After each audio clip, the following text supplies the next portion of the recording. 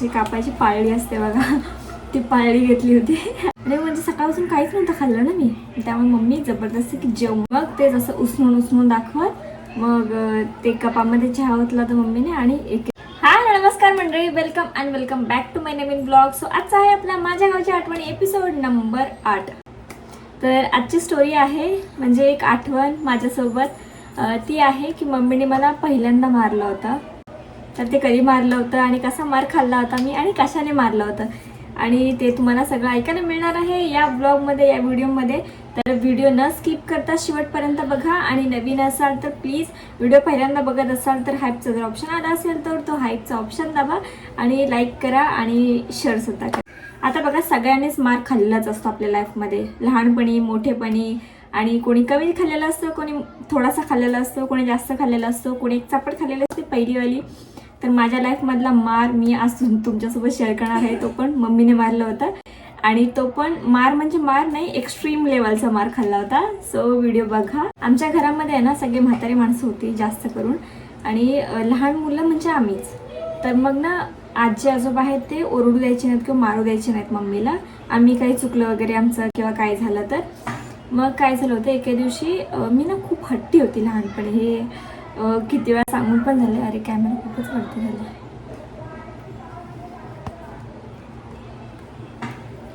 मी ना खूप हट्टी होती.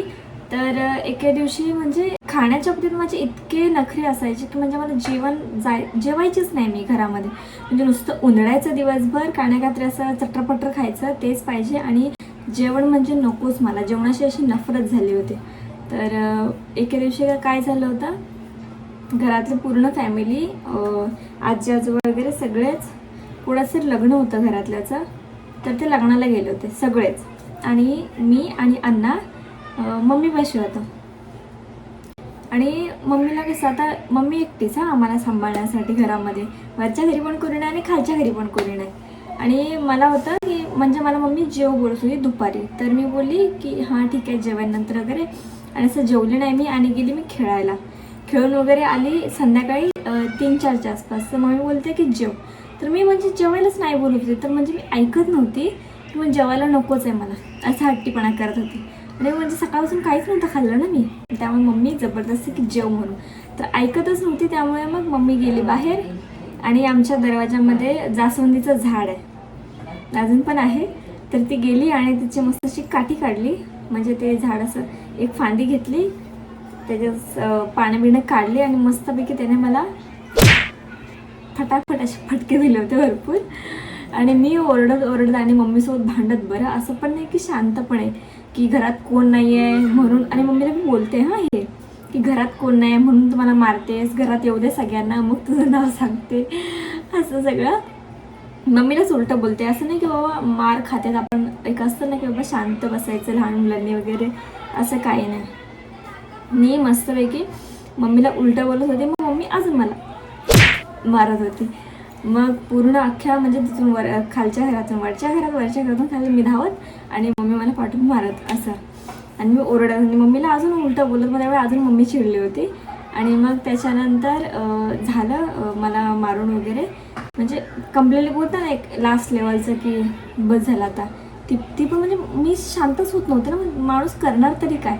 मग मम्मीने ते अशी कापायची पाळली असते बघा, ती पाळली घेतली होती आणि मटण कापायचं असतं ते लाकूड असतं गावाला, त्याच्यावरती चिकन वगैरे कापतात, तर ते घेतलं होतं. मला धमकी देत होती की जर आत्ता खाल्लं नाहीस तर बघ. मग मम्मीने चहा बनवला होता, 4-5च्या आसपास चहा बनवला होता. चहा ठेवला होता चुलीवरती आणि मग मला चहा कपामध्ये ओतला होता की चहा पी, हा शांत बस, रडायचं नाही. आणि मी असं नाही असं करून रडत होती आणि म्हणजे ऐकायचं लेवलच नाही की भाई तू चुकीचं केलंस, तू मला मारून ही चूक केलंस मोठी. आणि मम्मीला अजून उलटं बोलत होती. मग मम्मीने ओरडून मग ते घेतली होती की आता हा जर चहा बघ, मग हा चहा पी म्हणजे पी.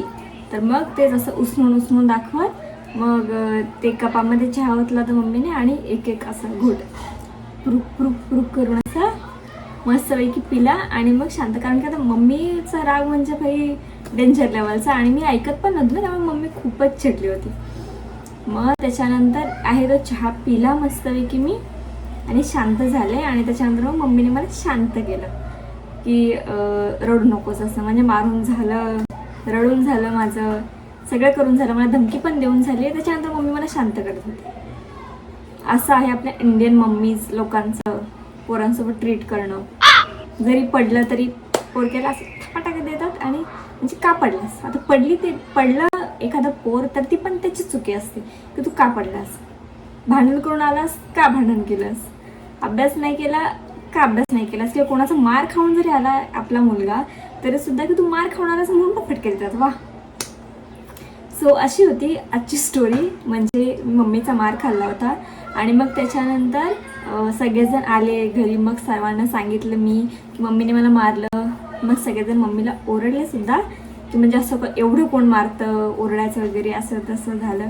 कारण की कोणी आम्हाला मारू देत नव्हतं आणि त्यावेळेस मम्मी एकटी होती घरामध्ये आणि तिला सुद्धा चान्स मिळाला होता मारायचा. सो असा होता माझ्या लाईफमधला पहिला मार, मम्मीच्या हातचा खाल्ला होता तो. सो असा होता माझ्या लाईफमधला मी खाल्लेला पहिला मार, तो पण मम्मीकडून, आणि एक्स्ट्रीम लेवलचा मार खाल्ला होता. आणि तुम्ही कधी असा मार खाल्ला होतात की नाही ते कमेंट करून सांगा. तुमच्या देखील अशा काही आठवणी आहेत का त्यासुद्धा माझ्यासोबत तुम्ही शेअर करू शकता. आणि नवीन टॉपिक हा संपल्यानंतर कोणता चालू करू ते सुद्धा कमेंट करून सांगा. आणि व्हिडिओ कशी वाटली, आवडली की नाही आवडली तरी सुद्धा सांगा, आवडली तरी सुद्धा सांगा. एक लाईक करायला बनते भाई. आणि thank you so much guys, video पूर्ण बघितली, शेवटपर्यंत बघितली. भेटू उद्याच्या व्लॉगमध्ये नवीन एपिसोडसोबत, नवीन कुर्ती आउटफिटसोबत आणि नवीन एपिसोडसोबत, नवीन आठवणीसोबत. Bye bye, love you guys.